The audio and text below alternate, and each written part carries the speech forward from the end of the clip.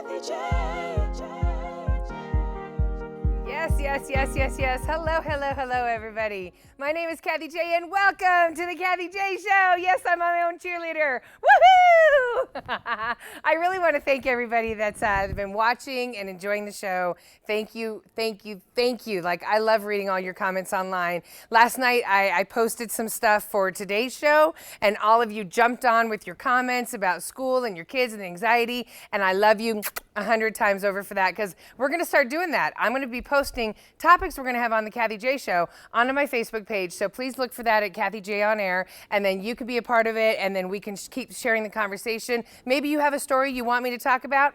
I'm game. So anyways, I wanted to say thank you to everybody out there that's excited for the Kathie J Show and the Kathie J Show 2.0. Everybody's got a lot of ideas, and I love hearing about it. But here's the thing. We're working on everything, so every day you're going to see things on the set keep moving around, because every day we're getting better, just like all of us should be trying to get better. So this week, you got to know Kathie J. We had my life on Monday, my passion, which is dogs, on Tuesday. Who's a good boy? And then yesterday, you guys got to meet my amazing hubby. Happy 10-year anniversary. And we got to learn a little about OCD. Well, today, we're talking about kids. I got two of them.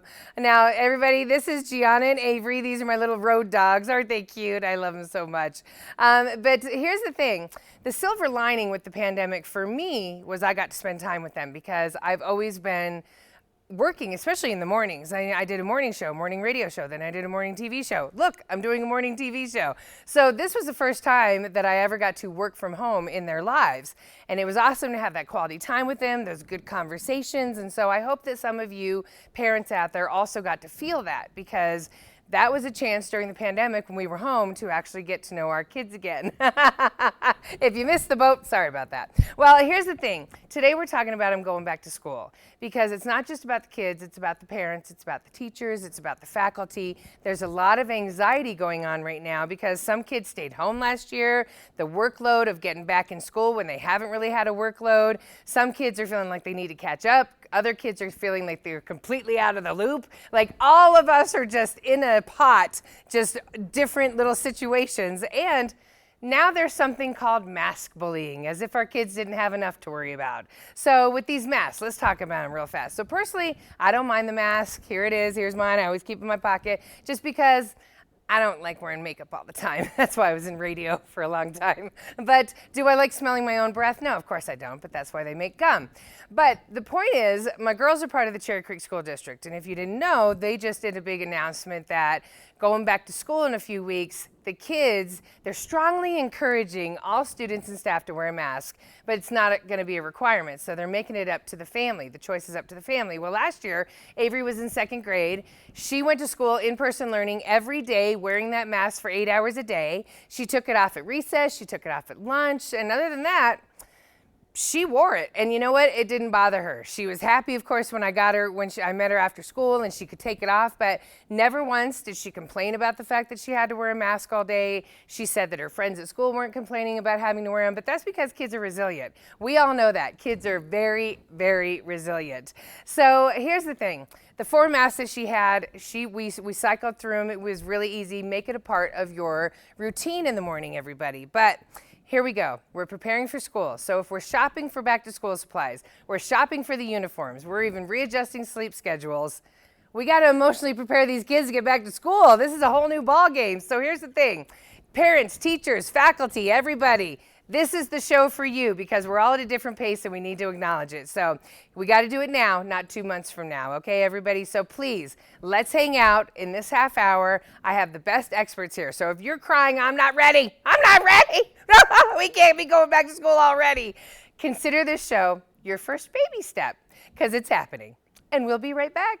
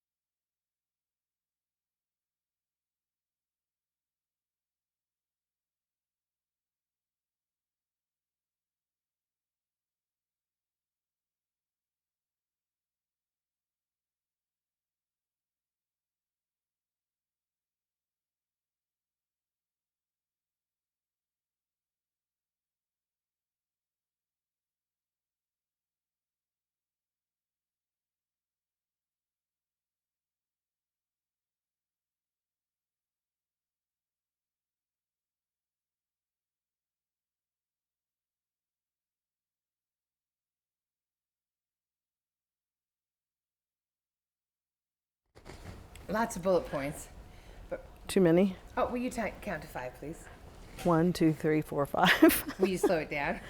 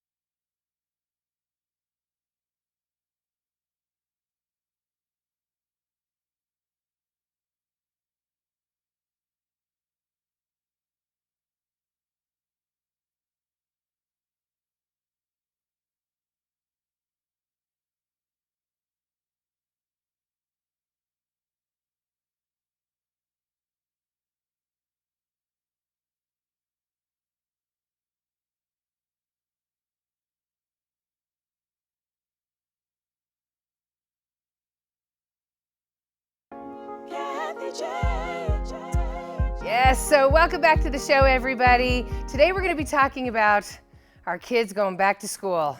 How long is it away? When are they going? When are they going? How long do I have? But this year, let's be honest, it's definitely going to be a challenging one. We already know it. The pandemic is still here. There's a lot of uncertainty and a lot of fear happening. And how are we getting our kids prepared mentally and emotionally to get back in that classroom?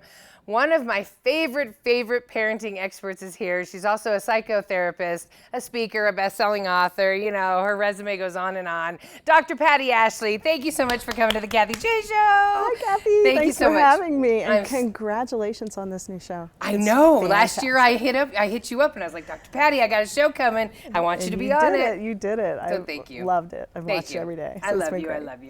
Okay, so let's talk about the kids. This is your specialty. How is this year going to be different? Why should we be why should we be having discussions about this? Yeah.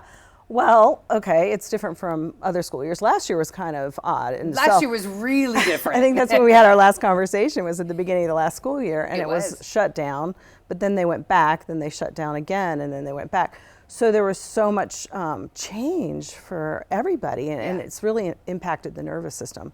So our nervous systems are what keep us feeling safe in the world, and when we don't feel safe, we go into trauma responses, fear responses, anxiety. We act it out in all kinds of different ways.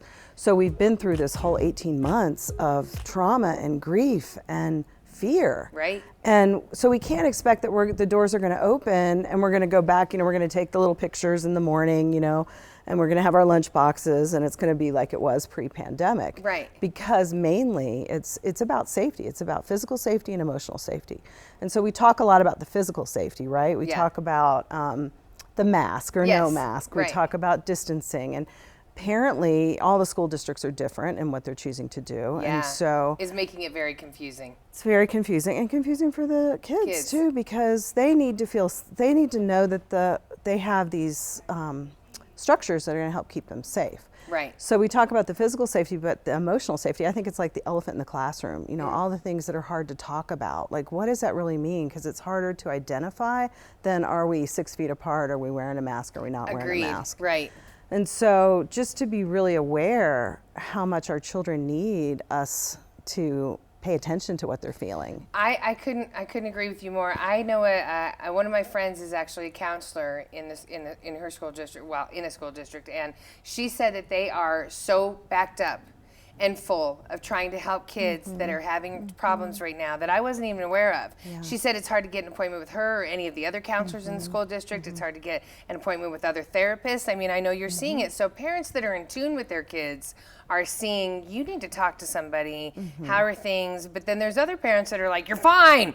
Come on, get back in there. Are you finding that there is like the gaps in the learning, gaps in how the parenting happened last year during the COVID? There's a lot of gaps, and the school districts are just expecting everybody to be on the same page. Exactly, and that's a good point. The gaps in learning are big because, again, we're talking about physical and emotional safety.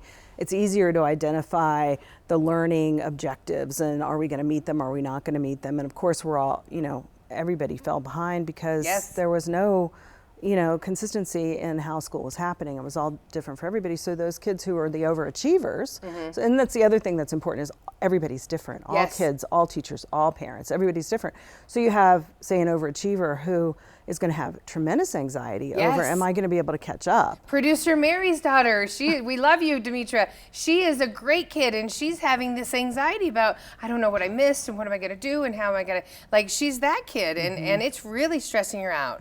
Yeah, to the point where it stresses out Mary. Right. And so that's why I think we have to talk about emotional safety, which we will a lot today. But, because it's really about what are those feelings for you, and how do we deal with that? And you're going to do the best you can. So those are the coping skills we're going to get to. So let's talk, before we get to that, let's talk about these masks really fast. So because this mask bullying, because like you have kids now that are going to be wearing masks, I'll be sending my kids to school in masks, even though it's up to the family's discretion, and that's fine.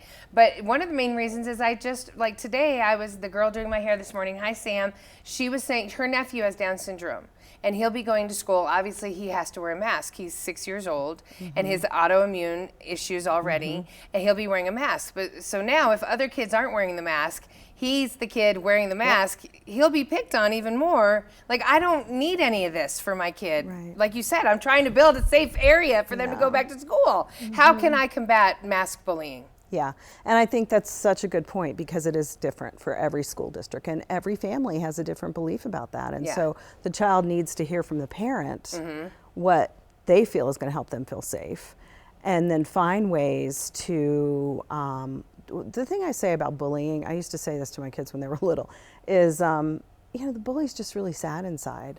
So if we think about emotional safety, we think about why is a bully bullying? A bully wouldn't be bullying if they felt happy if they were confident, right? So if they were focused on them and knew they were secure, they wouldn't lash out to bully on someone else. Yeah, and so the parents out there who have children who do bully, I hope they listen to their child and really kind of dig in and see what's going on. Why are you so sad? Why are you so scared? Let's talk about this.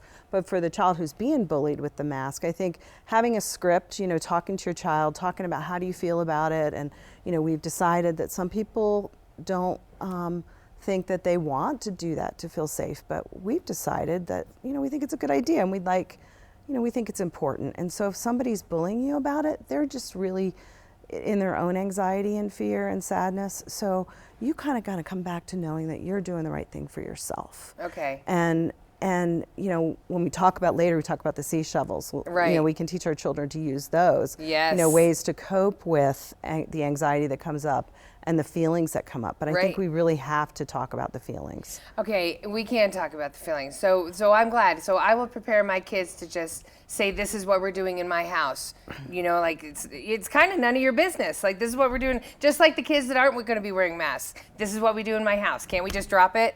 Like, can't we just drop it? Like, for one, let's be an adult. Let's just drop it, and you mask and I don't. But here's the thing. What should parents be looking for as signs of that anxiety? That's what I also want to get into that really fast. What are signs that the kids have? And again, it's different with the ages. So the little kids may have regressive behaviors. Even the older kids, regressive behaviors, like bedwetting, the little ones, not the older ones. I didn't think about that. That's a sign. Yeah, and it's really typical for regression to happen when children are stressed. Right. So don't be worried, about it. And just kind of observe it and try and talk to them a little bit about how you feeling, what are you doing. Look in their eyes, just be with them.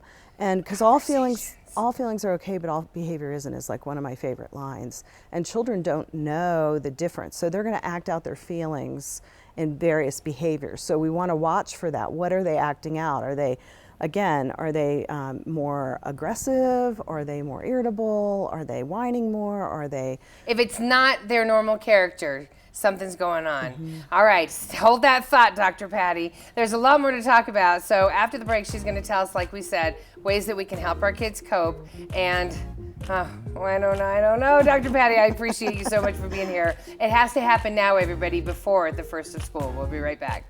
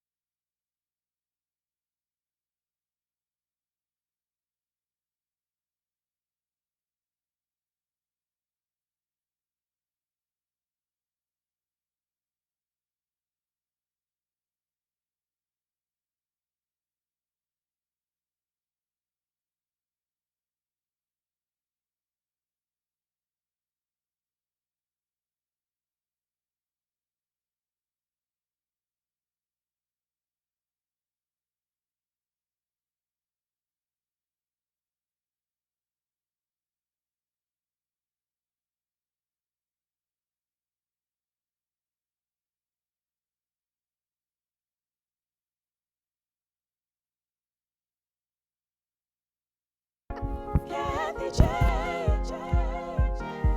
welcome back. Welcome back to the Kathie J Show. We're so happy that you're spending the half hour with us. Thank you very much.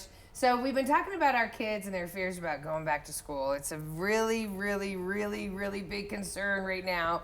What can parents do to help those kids with all their different emotions that they're going to be having? There's a lot of insecurity out there. Feelings, people. Dr. Patti Ashley is back with more. It's called feelings. Okay, so let's get into these coping skills. What are some coping skills that we can give our kids? And us, it sounds like. Well, I always recommend the ABCs, and I created this handout for my clients because when we're in stress, we forget. Our frontal lobe goes offline, and it's really hard to remember how to get into our coping skills. So I thought, let me give people something that they can remember. So I thought ABCs, as an acronym. So A is acknowledge you got a feeling. B is take a deep breath, because when we're in emotional stuff, we don't breathe. We take shorter breaths. And so then find a C shovel. So my C shovels are courage, compassion, connection, and curiosity. Okay. And I called them C shovels because I think we really have to dig deep into. Oh, I get it. We're digging. We're digging. Yeah. Okay, got it. Yeah, we're digging into what we need to come back to emotional regulation. And it's kind of like a pattern interrupt when we use a C shovel, because when we're in our fight or flight or freeze, we forget how to do these things. You do anything, right? You forget how to react, how you're not cool, you're not calm, and everything's going out the window. So it's not a coping skill if you don't forget. So curiosity, that's part of a coping skill? That's my favorite. Why? Is curiosity. When we're in curiosity, we can't be in fear because we're curious. Oh, you're absolutely right. We're going, I wonder why that bully is so mean to me, instead of, oh my God, I got to do something to get that bully to stop because I'm a terrible person. I'm like, brilliant. I wonder, and that's why I say that bully's really sad inside. Right. I'm so sorry that bully's so sad inside. And that's also compassion. That's another C shovel. Right. Pulling on that compassion and courage to not react to the bully. We're going to react to the bully, but again, we want to find our ABCs. Acknowledge I got a feeling, take a deep breath, and then maybe find a C shovel. Okay. And I love, curiosity is my favorite. So the digging deep, the digging deep is you just saying, okay, figure out why that action is happening to me so I can realize that I don't have to let it affect me. Kind of how to cope with it, right? It's not my problem, it's their problem. Yeah, and maybe not even figuring out why, but just being curious about, like, oh, I'm curious because do you like purple? Yeah. You like purple. You have purple on your set. So, somebody around here did say that apparently she likes purple. Okay, I think it's a pretty color. I do like it. So come into present moment with something that's happening now that takes you out of the fear. I love that. Yeah. The 3 R's. The 3 R's for getting back to school. Let's do it. Rhythm, routine, ritual. Rhythm, routine, ritual. Yeah, because we need that rhythm in our bodies to help us feel safe. And man, the rhythm's been out the window, right, in terms of our routines and what we do. Right. So whatever we can do to create a new rhythm, like I loved what you said about, talk about with your children in the morning about, adding masks to the back to school plan, school supplies. What kind of mask are we going to wear? Yes. And then we have, I love weekly meetings. I'm a big fan of weekly meetings. That's the routine? That's a ritual. Oh, okay, that's a ritual. So a ritual would be like meals together, family events, and some things that we've learned in the pandemic that we really want to do, we want to keep, that we didn't have time to do. How do we? Time together. Time together. Yes, right. So this is a big thing. Dr. Patti is really big about these family dinners, and studies have proven that if you can have dinner with your family, it helps kids have some confidence. It helps them with their communication skills because you're asking them, "How was your day?" And it's not just it was fine. Everything's fine, but also you need to be around each other as a family. So is that what happens at those? That's a ritual, though. Well, family meeting and family dinner are two different rituals. Oh, okay, no, I don't have time. I only have time for one. Let's put them together. No, and that's the problem. Why? Because the family meeting is supposed to be a neutral time that everyone agrees to show up to once a week. And just be themselves. And we get to talk about things. We get to problem solve. We get to, think about the schedule for the week. We even talk about fun things. And we do, it's a time that we've set aside that's neutral. Again, neutral is when I'm not in a nervous system response. Yes. Because if we're in a dinner and we're rushed, that's great. It's great to talk over dinner. I love that. I think that is really important. But those are two different rituals. Okay. So. Good. All right. It's okay, everybody. There's a lot going on, but if you're looking for more information, like I know I am, and great resources, Dr. Patti Ashley has more to offer. Just ahead, it's on her website, pattiashley.com. Tell us, Dr. Patti, what you have there. You have some cool things for parents. I do. My daughter, who's a school psychologist and a mom with 2 little ones, we have Moms in Real Life. We have a course that I'm offering for free. Yep. I have a ton of resources. I have meditations and all kinds of juicy stuff. All kinds of juicy stuff, and there's free stuff on there, everybody. One more time, in the ABCs of the emotional skill building. I do want to say one more thing about family You can say meetings. when I come back. Don't worry about that. We'll be right back, everybody.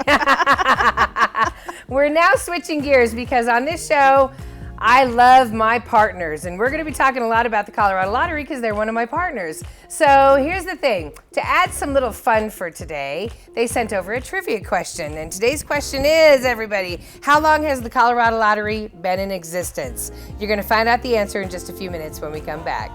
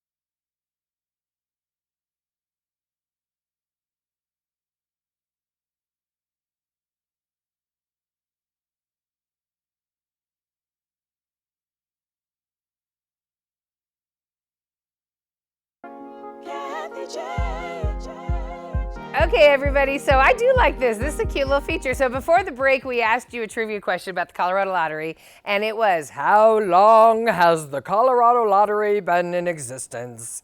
Okay, everybody, the answer is, the Colorado Lottery has been in operation since 1983, and that cute little graphic was enough to take my show down, but don't worry, because I know that Colleen is frantically working behind the scenes. Hi, Colleen. But 38 years, everybody. Here's the other thing. 36 years, so 2 years after the Colorado Lottery began, they started pumping money into our beautiful trails and wildlife and conservation. $3.7 billion in the past 36 years has gone into our beautiful states from the Colorado Lottery. So I do want to say thank you to the Colorado Lottery. They are one of my official partners of the Kathie J Show. Thank you also to Ramos Law, Fit MD, and Oakwood Homes. IKEA, Dr. Patti, you like my nice new set? Yes. Such, thank you so much for singing my theme song. You're going to be here tomorrow. Dr. Patti, huge thank you to Dr. Patti, everybody. Yay. Thank you for helping everybody ease their fears and their anxiety about going back to school. Dr. Patti, she's a wealth of knowledge, everybody. These are her other books that she has. Living in the Shadow of the Too Good Mother Archetype.